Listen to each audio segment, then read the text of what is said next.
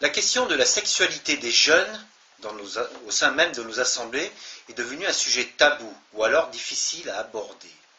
Pourquoi? Parce que c'est un sujet qui est devenu brûlant. On ne sait pas de quelle façon en parler. Donc je voudrais en parler au travers de cette vidéo que j'ai intitulée « Le chrétien et sa sexualité avant le mariage ». Concernant les relations sexuelles en dehors du mariage, la Bible est très claire. À travers de multiples références, elle nous invite à nous en abstenir, ce qui humainement pourra bien s'avérer être difficile. Les relations sexuelles sont bonnes et voulues par Dieu dans un cadre bien précis. On va voir au travers de divers points de quoi il s'agit. En 1, le mariage. En dehors de ce cadre, la Bible en parle en termes de péché. Le premier aspect qui frappe au niveau de la moralité biblique dans la sexualité, c'est l'adultère. Vous avez appris qu'il a été dit « Tu ne commettras point d'adultère », mais moi je vous dis que quiconque regarde une femme pour la convoiter a déjà commis un adultère avec elle dans son cœur. Matthieu chapitre 5, versets 27 à 28. Désirer un acte de chair avec une personne déjà liée à une autre personne de sexe opposé, c'est déjà commettre un acte d'adultère. Et oui. Il est dénoncé et condamné dans de très nombreux versets, y compris dans ceux des 10 commandements. En 2, dans le cas où aucun des partenaires n'est marié, qu'est-ce que la Bible nous dit? La Bible condamne également ce genre de relations. Et pour bien définir des relations sexuelles hors mariage, on utilise en français le mot fornication, ce qui est très courant dans malheureusement beaucoup de confessions spirituelles. Concernant ce nouveau terme, la Bible est très claire. Elle nous invite également à nous en abstenir. Le sexe est ce qu'il y a de plus intime en nous-mêmes. Coucher ensemble crée un lien qu'on le veuille ou pas. Ce n'est pas un jeu ou un amusement comme bon nombre le pensent, c'est une manière de s'abandonner à l'autre et lui donner notre intimité la plus profonde. Ce lien est dangereux s'il est établi en dehors des liens du mariage. Deux personnes qui auront eu une ou plusieurs relations de chair, c'est-à-dire sexuelles, hors mariage, sont déjà unies aux yeux de Dieu et se devront de s'engager l'un envers l'autre par les voies officielles. Une chose importante à ne pas oublier, Dieu jugera les gens immoraux et ceux qui commettent l'adultère et la fornication. Hébreux, chapitre 13, verset 4, et ne vous y trompez pas, les fornicateurs, les adorateurs d'idoles, les adultères, les homosexuels, les voleurs, les envieux, les calomniateurs ou les gens malhonnêtes n'auront pas de place dans le royaume de Dieu. 1 Corinthiens chapitre 6, versets 9 à 10. Certains s'opposent à cette clarté sous prétexte qu'ils s'aiment, qu'ils vont se marier et estiment que ce genre de verset ne compte pas pour eux et c'est une grave erreur. D'autres encore disent que la Bible fait de la relation sexuelle l'élément fondateur du mariage.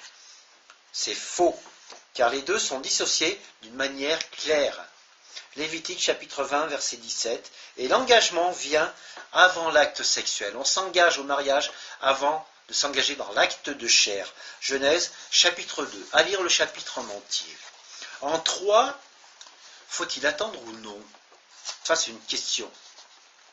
Toi qui regardes cette vidéo, si tu veux passer à l'acte sans être marié, tu le feras, quoi que je puisse te dire. Mais sache que c'est un choix qui aura des conséquences dans ta vie. Le fait d'attendre et de se donner les moyens permet de fonder un couple sur autre chose qu'une relation de chair. Ça permet aussi d'apprendre à dire non à la tentation qui ne disparaît pas avec le mariage, car malgré le mariage, la tentation restera présente dans ta vie. L'amour ne sort pas d'une expérience sexuelle avant le mariage. C'est bien le contraire. L'amour avant le mariage peut déboucher sur la débauche. Mais ça prend dans le cadre d'une vie commune. Certains, le plus souvent, les filles, portent des blessures longtemps après parce que cela s'est très très mal déroulé.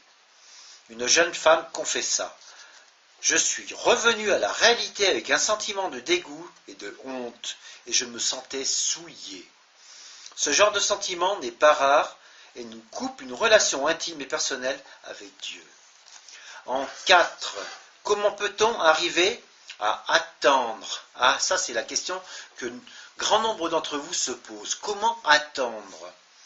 Tu es avant toute chose un être humain et ta sexualité s'exprimera comme celle de toute autre personne dans une situation où elle est stimulée, où elle est provoquée, je dirais.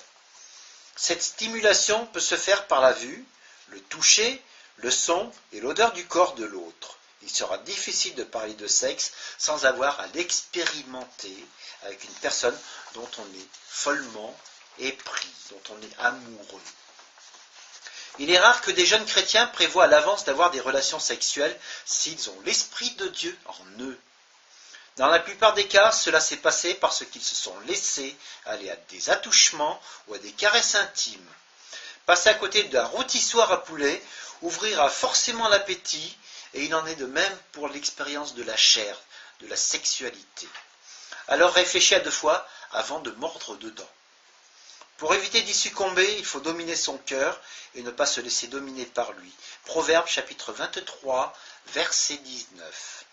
Il faut surtout éviter les situations susceptibles de vous exposer à la tentation, comme être seul avec une personne de l'autre sexe dans une maison, dans un appartement ou même dans une voiture automobile posée en stationnement. Certains pensent que la masturbation est un excellent moyen de lutter contre la fornication, mais moi je vous dis qu'il en est tout autre. D'abord, la masturbation consiste à provoquer le plaisir sexuel par l'excitation manuelle des parties génitales, ce qui revient à se faire l'amour à soi-même. C'est une manière égoïste de se donner du plaisir. Ceux qui ont déjà connu ce genre d'excitation savent de quoi je parle.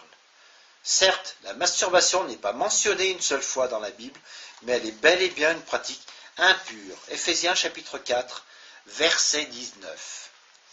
Elle ne fait pas mourir le désir sexuel, et même bien au contraire, quand on se masturbe, on augmente l'appétit sexuel.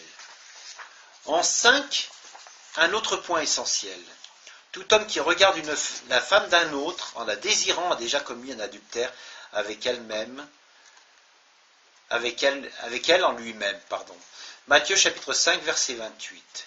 Il est difficile de souhaiter vivre en chasteté de corps si le cerveau et les yeux ne suivent pas. Il ne suffit pas de dire qu'on regarde mais qu'on ne touchera pas. On a l'exemple de Akan qui justement a